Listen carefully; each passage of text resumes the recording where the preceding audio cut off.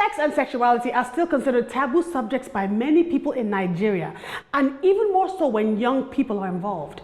It can seem a bit confusing seeing as standard academic curriculum in Nigeria at some stage exposes young people to the basics of human biology, which of course includes sex. And yes, there are many young people who explore sex and are exploring sex. But how widespread is awareness of contraception among young people? How much access do they have to it? Are there any legal barriers to the use of contraception among young people? This and many more on Her Matters. Hello and welcome to Her Matters. I am your host. My name is Chioma Omero. Culture of silence. Again, silence, because if you even try to say, oh, he did this to me, she did this to me, people then say, where's your proof? Are you sure? Now, what I've seen is parents are not talking to their daughters and their sons. They are not talking to them. So when people now think that if someone in the medical profession or in healthcare or in that field carries out the process, it would be safer. The other part of it is the way we structured our healthcare system to actually selectively, remove these patent medicine vendors out of the entire health loop. We don't officially recognize them, but there's a significant role they have to play.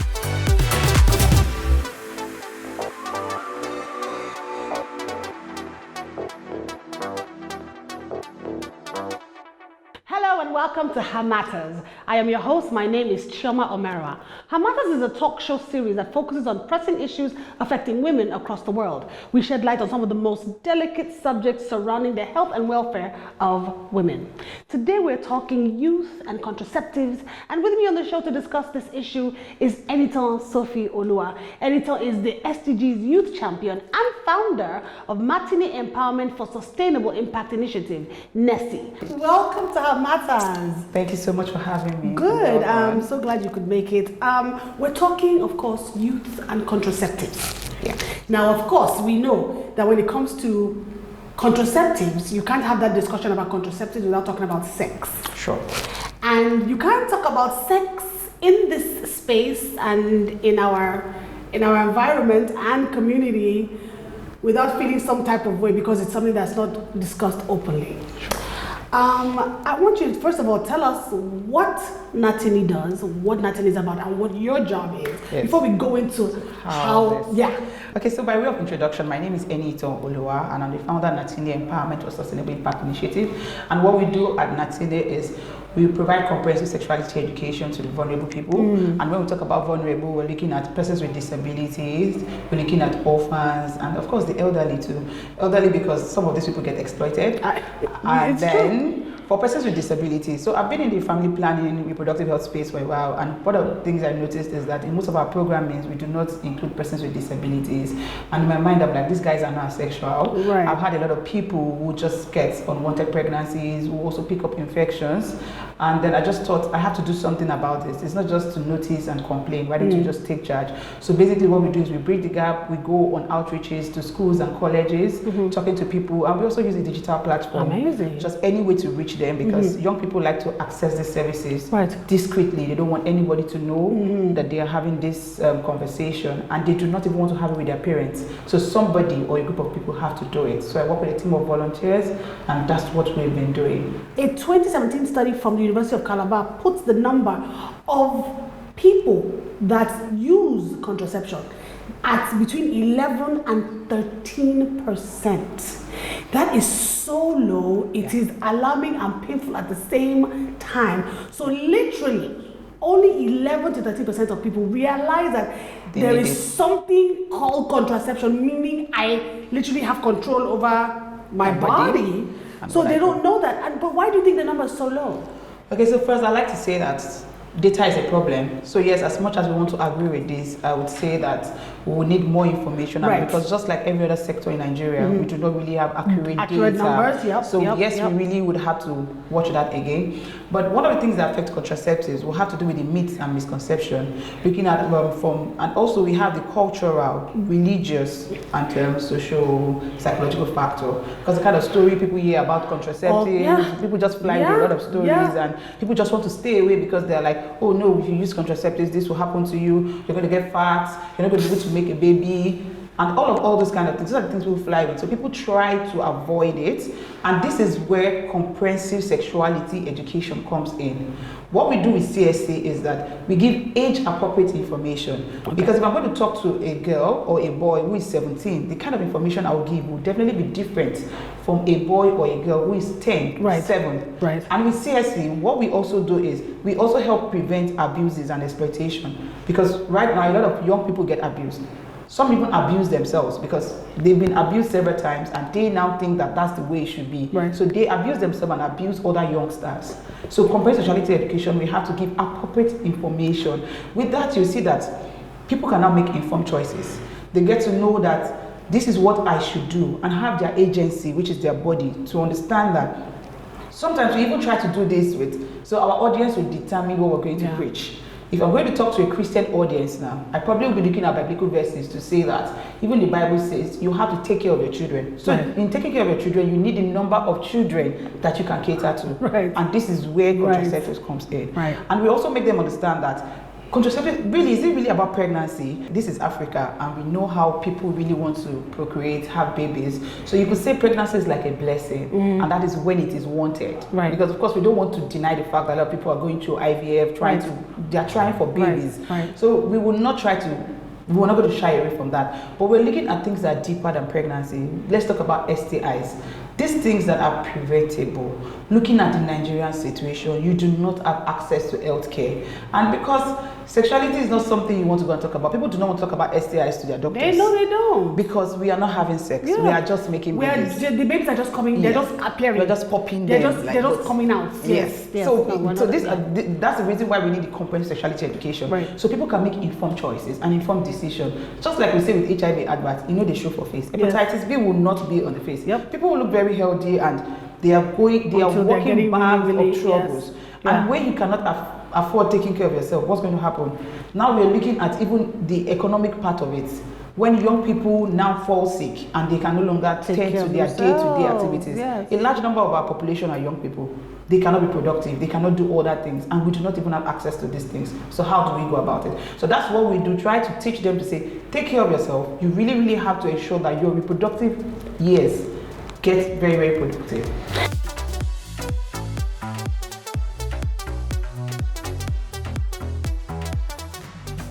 Now let's talk about teenage pregnancy, for example. A demographics health survey, DHS, in 2013 indicated that from a survey, 24% of the people that were surveyed were not even 15 when they first had sex. Yes.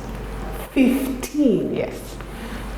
Like when I saw that and I saw those numbers and I said to myself, 24% of this group of women were not even 15 when they first had sex. So like literally they were like uneducated. And that makes it makes you a little worried and a little scared, right? About what we're going to face or what we're facing with regards to just uninformed children having sex and not even knowing about their bodies, what more even having control over their bodies. Now, what I wanted to ask you is, should this be enough of a reason to encourage contraception use? Yes, so this is a very big factor because teenage pregnancy is something that we're dealing with by the year and it affects a lot of other parts of our lives and our world. And this also comes from the fact that we keep pretending that these young people are not having sex. I keep talking about the hypocrisy. We just keep pretending that they're not having sex. Our laws are not even making it also bearable. So because I'm always on the field most times, we go to most of these schools and they in underserved communities. We have a lot of them just come out and talk to us. Now, what I've seen is parents are not talking to their daughters and their sons. They are not talking to them. So when they are getting, a minor cannot have sex.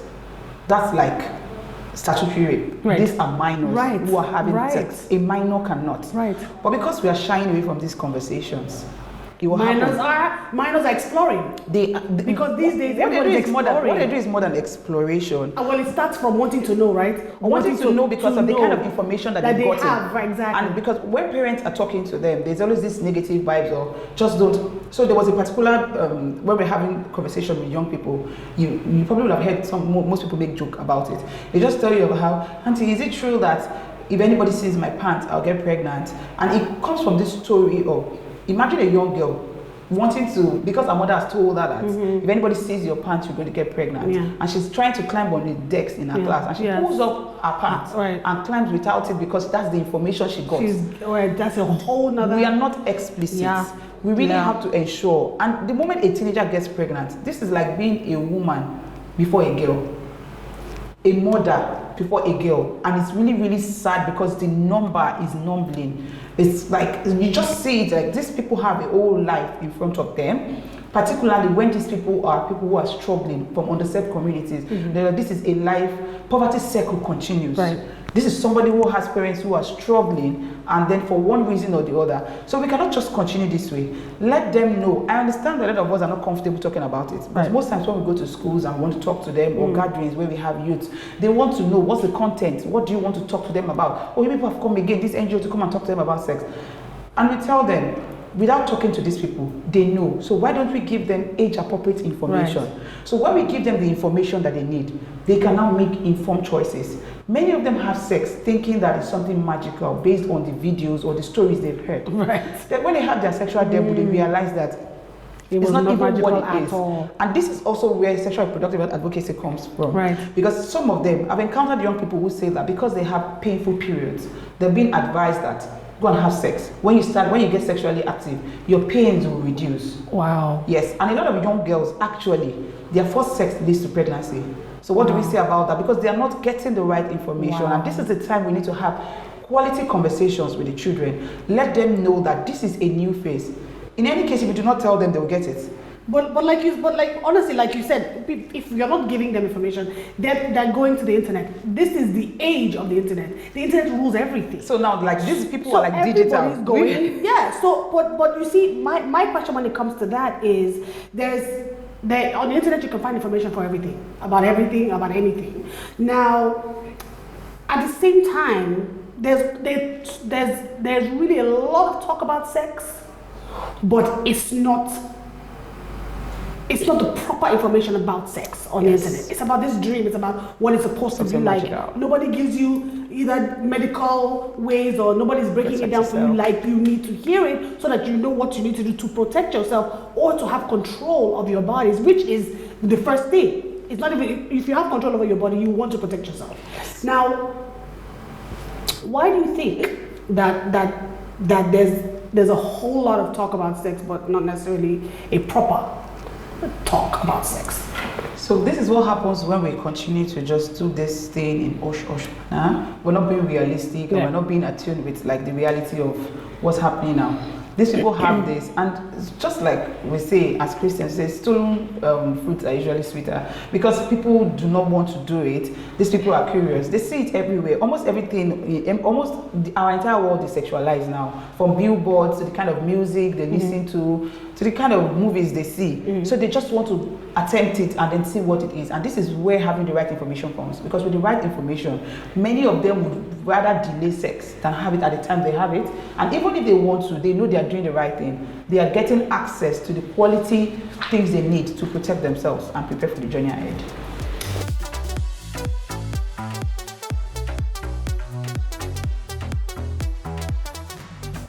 Now, I know that there are in Nigeria, there are no regulations that control the use of contraception in Nigeria. Yes.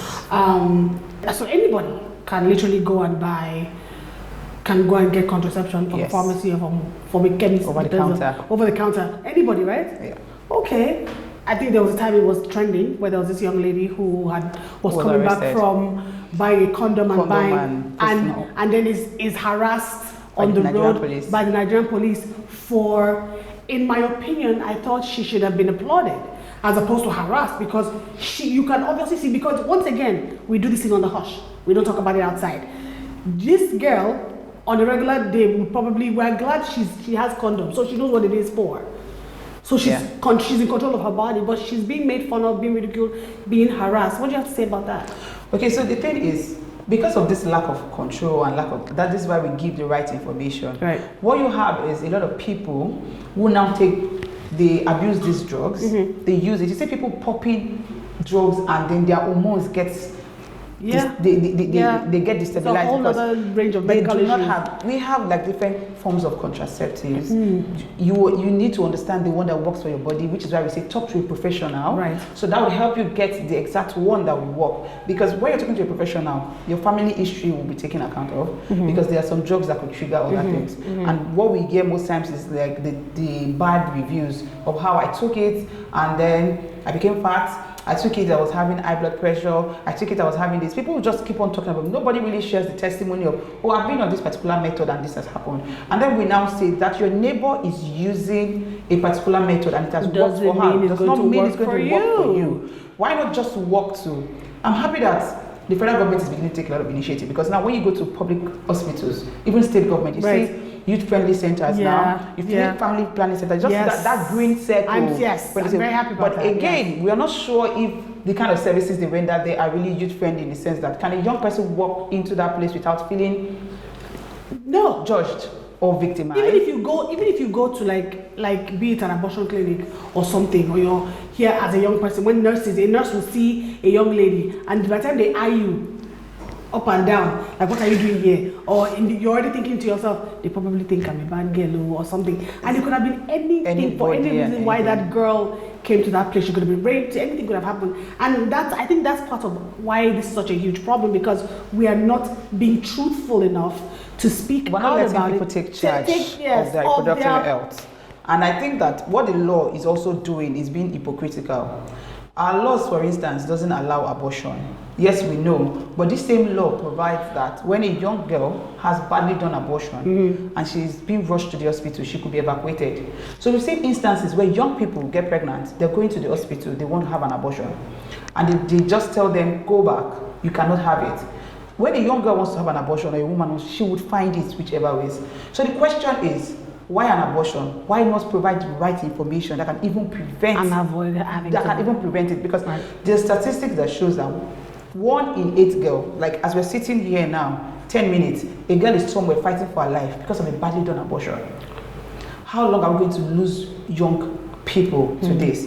And contraceptives will still take us to comprehensive sexuality education. There are a lot of factors to consider. I like to see the discussion around youth and contraceptives on the area of the economic side of it, our society. Because when a young girl gets pregnant, or even a young boy impregnates a young girl, there's no way they can be productive, make money, because she'll probably be losing school years, be losing this, be losing that. So when they have the right information, they'll stay away. Now let's now talk about STIs. Because if they're getting pregnant, I am Yoruba, and then I think that having a child could be a blessing, particularly when that child is by choice, not by chance.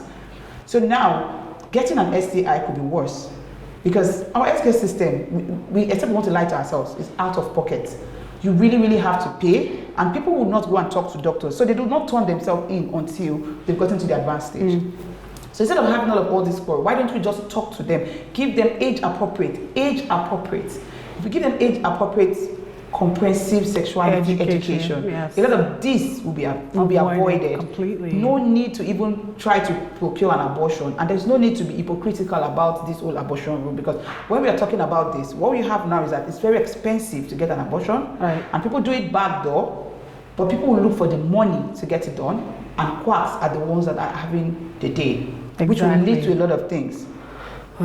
Quacks. Yes. Now, speaking about abortions, the abortion law of the criminal code within sections 228 states that any doctor providing a miscarriage to a woman is guilty of a felony and up to 14 years of imprisonment. But the law says nothing about outlawing contraception. So if this is the law, then why should young people not be allowed access to contraception? Boils down to hypocrisy. We want to pretend they are not having sex. You know, there's always this shenanigan about you have to have sex within the confine of marriage. If you're not a certain age, you cannot. But we cannot pretend that these things are not happening. Like, I mean, times have changed. So I would rather, and a lot of parents do not want to take responsibility. I get it that parents are busy these days. The mother is out, Lagos traffic, Nigeria, all of economic inflation. People are going through a lot, so they do not really have time to have conversations with their children. And then people want to say it's because of the movies. It's because, no. give your child the right information. Be friends with them at this stage when they're young people, because they are at critical stages in their life where they can make decisions that could make or mar them. Wow. So this access to contraceptives is something that we need to know, because when we give people the right information, nothing like informed choice. Once they can make an informed choice, some people will decide to say, I want to abstain for this period of time, I will do this with it, and it makes everybody happier and better. I really love that whole concept of having a child by choice and not by chance. That puts you in total control of the decision-making process of what your body is going to do. So the Nigerian Constitution protects a person's right to personal liberty. That's in section 35. And this, I believe we can all agree, protects the right of every Nigerian, young and old. Should this also be understood to protect the rights of young people for them to use contraception? As it is. Absolutely. But unfortunately, I think Nigeria is a country where we have a lot of laws. I would like to say that most of our policies and laws are just like copy and paste. Yes. A lot of it in reality and in enforcing is we are far from it. Yes. We just have these things here because a lot of young people, till we get to the stage where a young person can confidently walk to maybe a chemist shop, a pharmacy to buy contraceptives and protection, and not feel guilty or not try to distract people around them by buying everything at the shop because they don't want to. But I think I also like that people are taking charge now, because online now people can order some of these things. People can find there's even apps and things you can go and order. You can whether it be home test kits or things like that. Yes. So we're so glad. So social media is bringing some good things. It's bringing so much, and definitely access to contraceptive and sexuality education is like a human right that should not be denied anybody at all. Anybody, if you're going to live by the way. Amazing. So we could talk about this subject forever because there's so much more to talk about, so much more to unpack. So much. But we have to bring this to an end. So thank you so much for coming to talk to us and thank you so much for having me. With us. Thank you for having me. And that's our show for today. Thank you so much for being with me. I'd like to say a very big thank you to our principal partner, Worthy. We'd like to also say thank you to the Herbert Weway Foundation for this beautiful space, and of course, Hasty Health Initiative. Until next time, take care of yourselves and be safe.